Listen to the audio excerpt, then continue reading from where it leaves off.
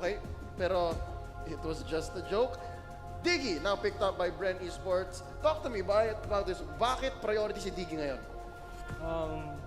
So the Safeling can get a good amount of farm early with bombs like a Selena trap.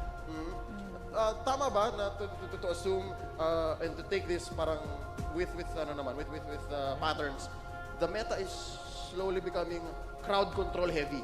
Yeah. Kaya sobrang lakas ni Diggy ngayon. Yep. And also, yung mga bombs neto ni Diggy, nakakatulong din siya sa pagkuha ng buff eh. You have the damage, and then meron ka ding wards, just like si Lina nga. Yeah, so it's vision. Yep. Helps. Yeah. Binibigyan ka ng vision, and nakakainis pa kung kalaban mo yung isang Diggy. Yeah. On the side of SUNPARKS now, before we talk about Bren Esports pick here, it's Kufra and Kimi. So this is very reliable. I mean, for almost a year or two now, ito talaga yung isa sa mga consistent players in the meta landscape of Mobile Legends. Ano plano gawin dito ng SUNPARKS 666? Invade and counter gank with Kufra. Flesha's Kufra. I see. Bren Esports here going with the swerve, although we have seen shades of this from our brothers and sisters in the MPL in Indonesia. Linalabas nila to, Uranus for Bren Esports as well as Valir. Lumabas na si Valir, pero kailangan natin pansinin dito. Bakit Uranus? Because of Kimi's DPS.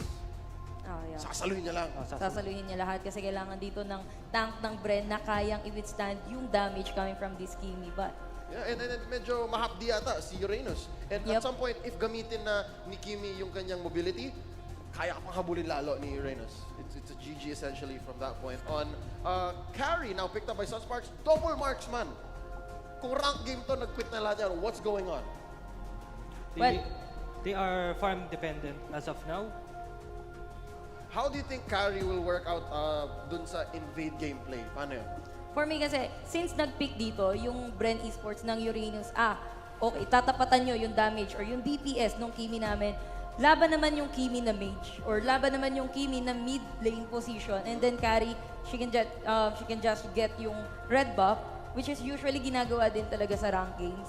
And apparently makikita natin here sa galawan ng SUNPARKS. Carry, we all know yung passive dito ni Carry na, sige makunat ka Uranus. Sa'yo na yung kakunatan mo, pero kayang-kaya kong pasabugin yung HP mo as a carry. With the true damage. Yes. Okay, more on that later. Real quick, ang mga bands, mga kaibigan, Bren Esports taking out Kaja, SUNPARKS still respecting the ever-annoying Harith. So, I think Bren Esports dito respect ban yung Kaja.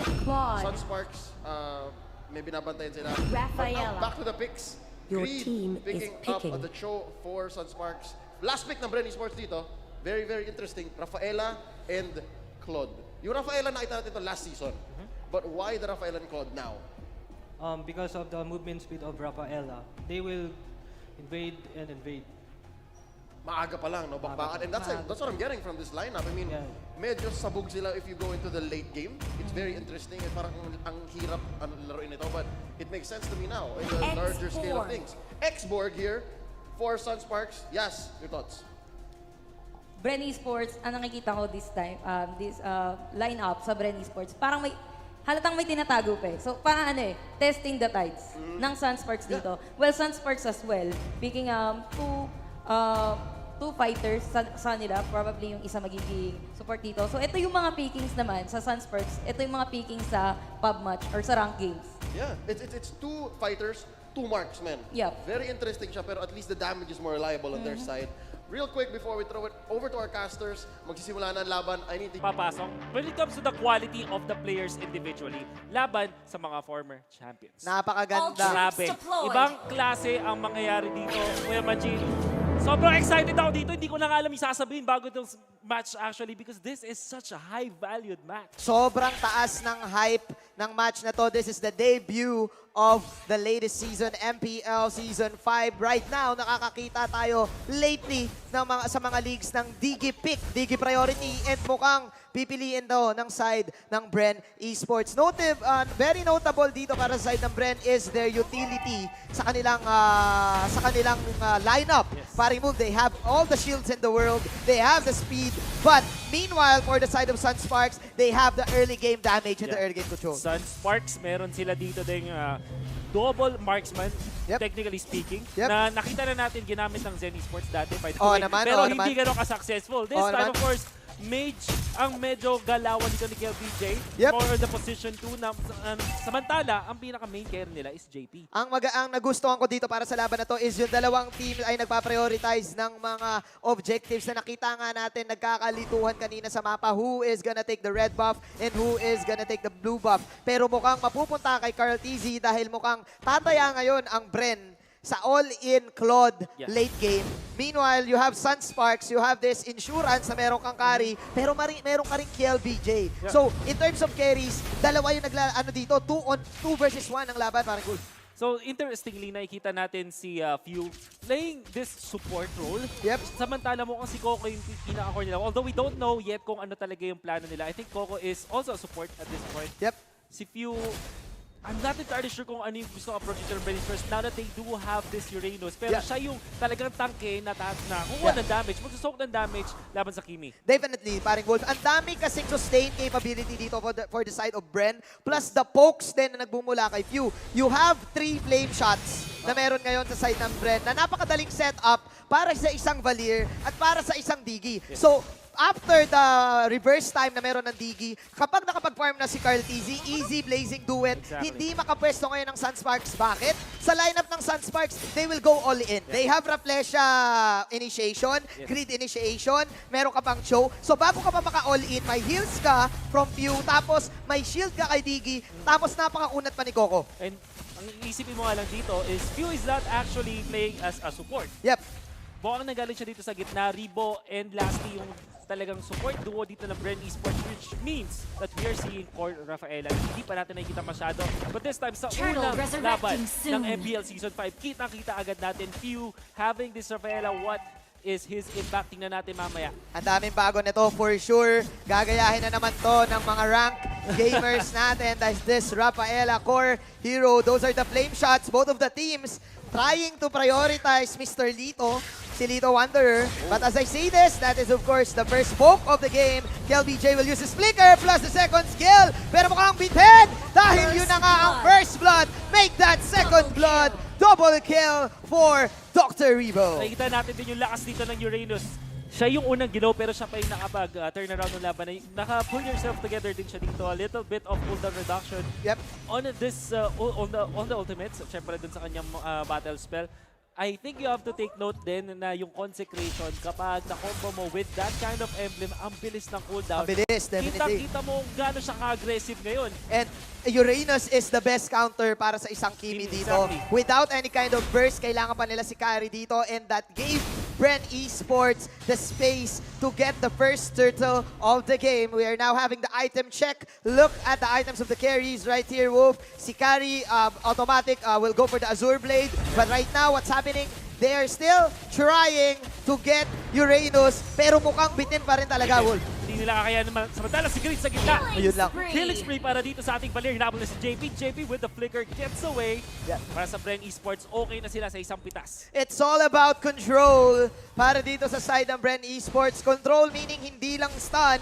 kung hindi pati slows. Ang dami nilang slows sa lineup nila na hindi kagad makakaresponde ang SUNSPARKS. And Coco is Sobrang doing kunat. pretty well dahil pinipressure niya lang yung bottom lane. Hindi tuloy makasama si KLBJ sa kanyang team kapag kukuha sila ng kills. I think during the qualifiers, Manjin, napansin natin na nakikita natin yung mga teams using this core Uranus as well. Parang off-lane Yes. siya nilalaro. Yes. And you can really stay in lane dahil pwedeng mong i-sustain yung sarili mo at okay lang na i-go ka na kalaban kasi they will take so much Look time at like that. this. Sobrang ginaw lang si KLVJ just right in front Yeah. of KLVJ. At dahil nasa harap siya lagi nung Kimi, yung Kimi naman hindi niya napipili, hindi siya nakapili ng target, Target, niya. yeah. Yung target, kung sino na nasa harapan niya, kaya tangking-tangke talaga. I like Sobrang nakontra ng Uranus yung Kimi. I like the layers na nilalagay ng Bren Esports dito. Bakit nga ba Uranus lang? Pero as we say this, napalalim ata si Kuya Cox doon sa bottom lane at napatay siya ng Kimi. Meanwhile, may onting bawi dito ang side ng SUNSPARKS. Few is falling low, pero that is of course a flame shot. Mamalag pa dito si Kiluwash. Na-outplay! Marimund normal! Kiluwash! Boom! Very Pero good. again, the passive na meron ang isang, Rafael. ang Rafaela ni paring View yung naging cherry on top. Pero nice outplay muli para kay Kiluwash. Isa sa mga signature picks ni Kiluwash. Well, at least nung off-season ng MPL, nakita natin na nilaro niya sa ibang tournaments itong show na to. Yep. The great effect now showing up sa first Okay. game ng MPL Season 5. Turtle will be slain by the Kimi. Yeah. At mukhang back na lang dito para sa Bren Esports. Hindi na sila lalaban after that. I think sa ganitong sitwasyon, we are now transitioning into the almost late game. Kailangan ng gumalaw ng Bren Esports habang lamang sa item si paring Carl TZ. Dahil, again, carry is carry. Cho can actually deal with the Rafaela himself. Yes. Kapag naabutan niya sa bandang likod or maikutan niya, umiiwas lang ang SUNSPARKS kasi dito sa flame shot initiation. Once na tumama yung flame shot, easy reverse time. Ayun na, Easy. gumalaw na nga. Basic duet pero masyado yata malalim. Hinabol pa rin si Grid. Grid napakagandang angulo sa flicker. Wow. No, si Lasty pero may time share na gagamitin. In comes the rocket. The flash na nag-abol. Gusto niya si Rimo. Aabutan ba niya? The slows are there. Kiluwash onto the backlines. Pero kaya ba niya tumakbo? Siya na yata yung mapapasama pa dito. Oh. No, yung mga nakil, hindi na. Mukhang bitin nga ata. That is the ultimate. Nagmula dito sa isang Kufra. Raflesia will also fall down. Double kill para kay Carl TZ. Sustain is the name of the game. Oh, ito Meanwhile, yata. JP coming in for the first kill. Phantom stepping in. Oh, the Ubos king. sa mga true damage. JP, Mr. Phantom John Paul. step. Triple kill. At eto na, nagpapakilala na dito si JP. Kanina pa siya nagpa-farm. Alam natin, carry, konting abante lang Oo. ang kailangan niya para umungos na nga siya dun sa, in terms of economy and damage. Yeah. We will see, ang ganda nung ginawa ng Bren Esports dito pero hindi nila napansin yung clean-up crew, courtesy of JP. Like, nakakuha sila na 3 kills dito, but it was enough para din sa ating carry. Target number 1. Yeah. Inaabot dito si Few, nag-transfer kay Carl TZ, napakagandang control by the way mula kay JP at yun na nga makakuha ng triple kill. It is a classic police move na ginawa ni paring JP dito with extra 300 gold sa kanyang bulsa. 7 minutes pa lang, ganito na kagad ka-intense ang debut Oo. ng Season 5. Mr. Wolf, dito na papasok ang late game. Nagkakaroon na ng items ang both of the teams. Look at the item ngayon ni JP, immediately countering the Blazing Duet, going for the Wind of Nature Wind of kagad. Nature Sabi agad. niya, wala nang intro-intro, counter agad. Grid having to use the last insanity para makatakbo din naman ng flame shot. Oh. Palitan lang sila dito. Barilan lang from long distance but the turtle na mapupunta ngayon sa Bren Esports. Oh, BJ nahabol Cartesi with a blazing duet. Isang bilis na kill doon.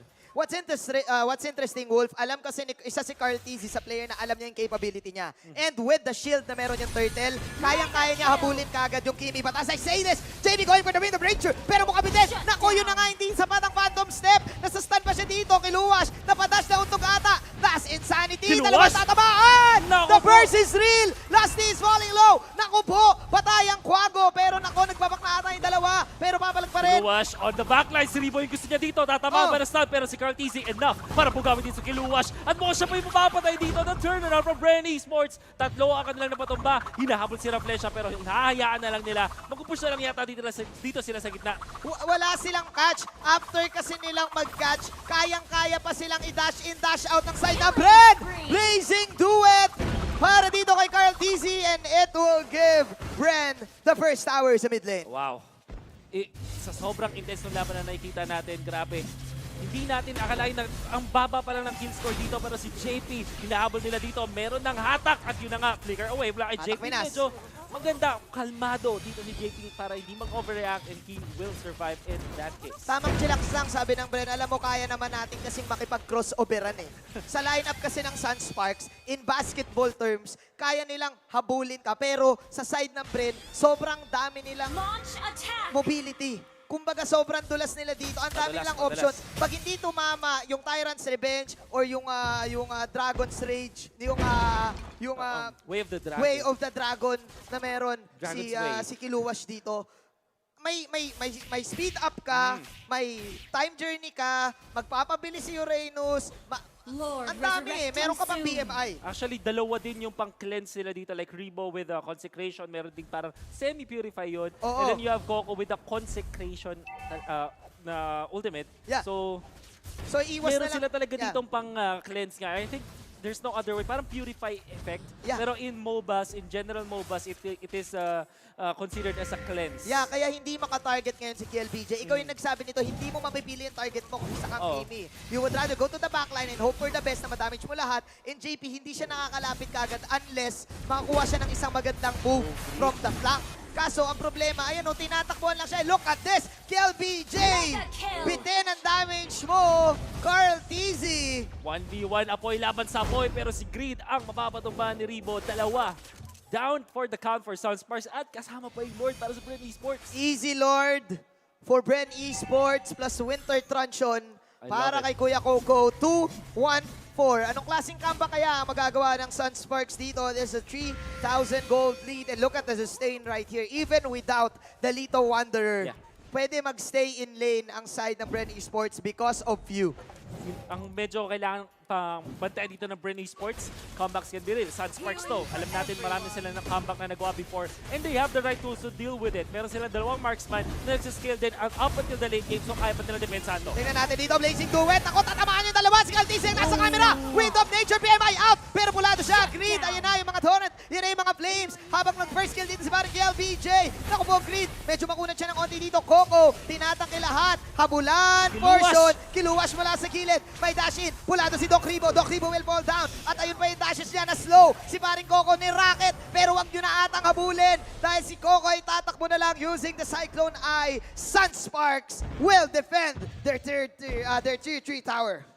What you have to take note about this is yung SUNPARKS, kakasabi lang natin, ang galing nila mag-comeback. You have to take note, yung positioning nila, ang inalay lang nila doon was Reflesha. Tapos, pinwersa nila si Cartesi, nagpapit ng Blazing Duet doon sa may backlines at walang namatay aside from the Kufra and Green was right there in front, just dealing the damage from the flame missiles. Tapos, biglang may Kilo Wash na nasa likuran na. And dahil nakontrol niya doon si Few, agad-agad, bigla nawala agad yung brunt of the sustain and the damage of Bren Esports. Definitely, nag-agree ako sa iyo dyan, paring Wolf. Yung Bren kasi, compose yung teams nila, compose yung lineup nila na natural na magtatabi-tabi because of the heals, because of the shields. Pero what if sumabay yung CC ni Raplesha, tapos yung ultimate burst ni Greed? Exactly. Napakasakit na dahil malambot pa rin yung Digi. Kung iisip mo, malambot pa rin yung Claude, malambot pa rin yung Valir. Si Coco lang ang kaya mag-sustain! Pero hindi niya kakayanin dito si JP. It sa Blazing Duet, sa may likuran ng Flesha, tinatakila, pinoprotekta si JP, pero mukhang mapapasama sila. Kiluwas naman sa may backlines. JP will be safe. Makakatakbo ba? Hindi na. KO para kay Few. May damage pa dito si KLBJ. Mukhang wala na. Dash in, Shunpo in, Shunpo out para dito kay Kiluwash. Pick-offs after pick-offs para sa Bren Esports at mukhang magbaback ang side ng SUNPARKS because they need to defend their tier 3 tower. Ito yung mortal sin na pwede i-commit ng SUNPARKS. If they commit, time and time again, what? Like what was we that, said! Greed? Like what we said! Kuya Oh Wolf! my goodness, nice flicker away mula kay Greed. Hindi naman ng flame shot. Beautiful display of skills mula sa SUNPARKS. Alam nila na kaya pa rin nilang pumitas at hindi talaga pwedeng magpadaloy-daloy dito ang Bren Esports. Bawal matamaan yung Bren dito ng mga, ano ba yung nilalatag dito? Kung ano mang mga latag kung ano yan. yung mga lata ni paring Greed dito dahil isang burst lang ng Last Insanity yung mga supports nila. And that is the key for SUNPARKS to set up something good. Exactly. And ito kasi medyo pang kontra lang dun sa Claude. You have to take note, pag nag-ultimate yan, Blazing Duet, yes, it's very scary. Pero once naman knock up, it will be completely cancelled. Definitely. At nakikita natin yan, nakukuha natin yan mula dun sa first kill dito ni Reflesha ni Kufra, which is Tyrant's Revenge. And every time that happens, ang gagawin na dito ni Reflesha, abangan kung kailan tatalon si Cartesi at huliin.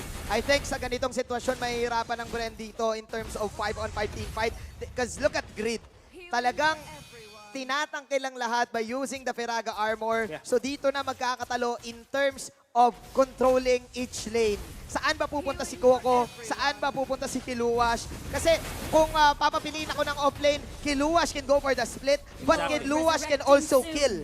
But si Coco, as the Uranus, talagang sustain lane lang. Dulas na hero, ang hirap mapulin. Pwede siyang tawaging Kilu Dash. Dash. Ayos Pwede. ba yun? Pero tignan natin dito, both of the teams setting up the Lord. Sabi ni Coco dito, Kiluwash, hindi ikaw ang pwede mag-split. Kasi ang problema din kay Kiluwash, hindi niya rin mapapatay si Coco basta-basta. That's why masusustain talaga ni Coco yung bottom lane. At napaka-integral na part ng Kiluwash kasi nasa kanya yung mga stunts na kailangan ng Sunsparks. Pero sa last insanity with a flicker in, last almost going down. Will definitely fall down, reflection sa likod. TC na uli na. Pero may mortality at makapag-BMI palayo pa. Napakagandang flame shot. Pero nandito na ba Kiludes? Nasa pangalan niya mismo. Kill Luwash. Flank game Israel. Grabe.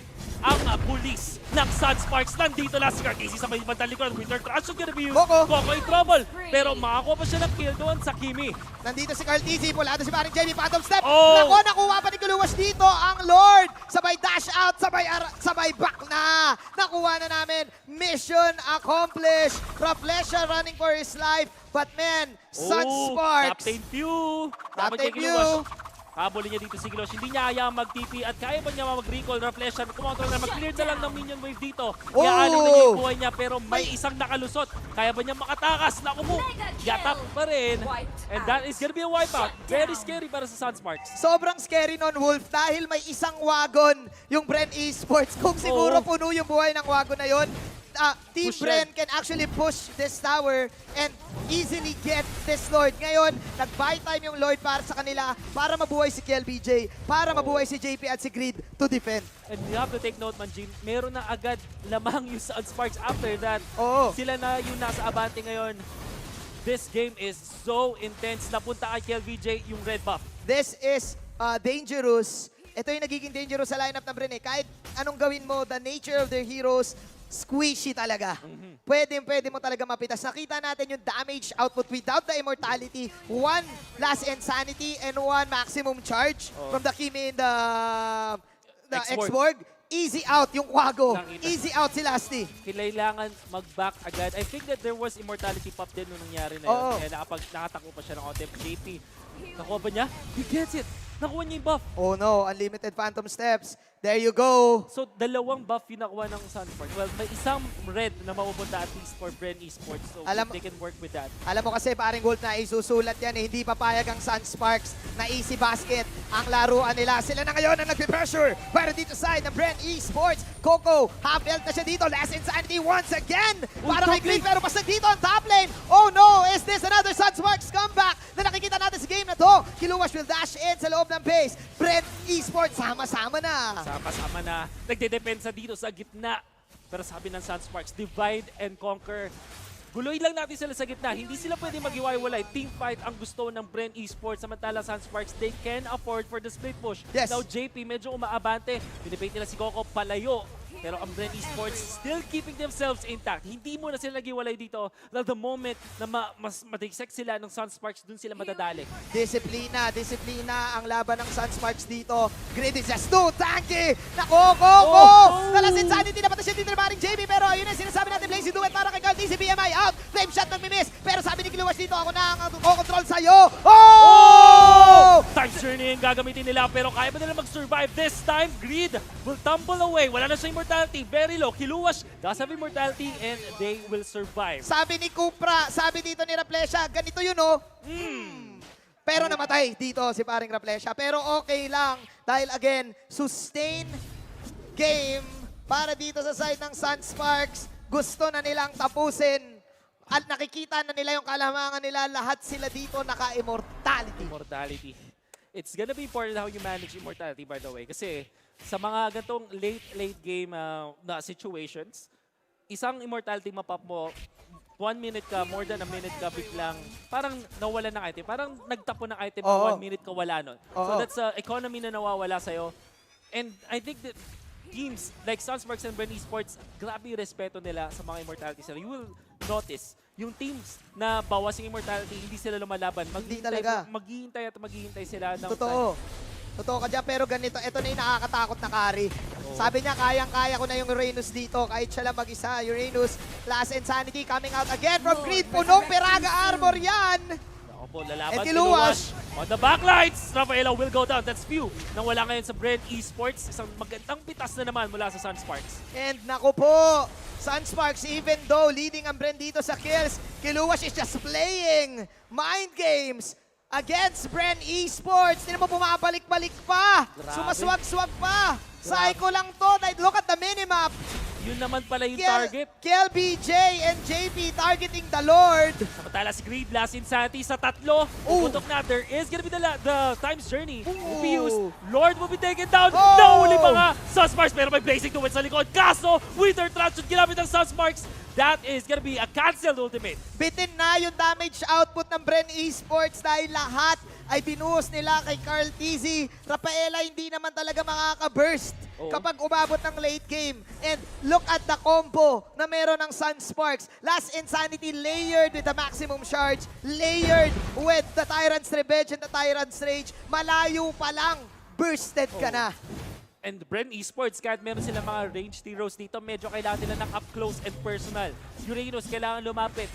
Oo. Ironically, yung Claude, kailangan din nasa bandang likuran, medyo malapit din dahil sa blazing duet. So, Yeah. I get what you're saying. Sunsparks, they're winning this ranged battle. Naku po, range battle is real. Wala Kiluwas! na agad dito. Kiluwas! First, Kiluwas! Oh! El Clasico! Sunsparks for game number 1. Instant comeback for the defending champs.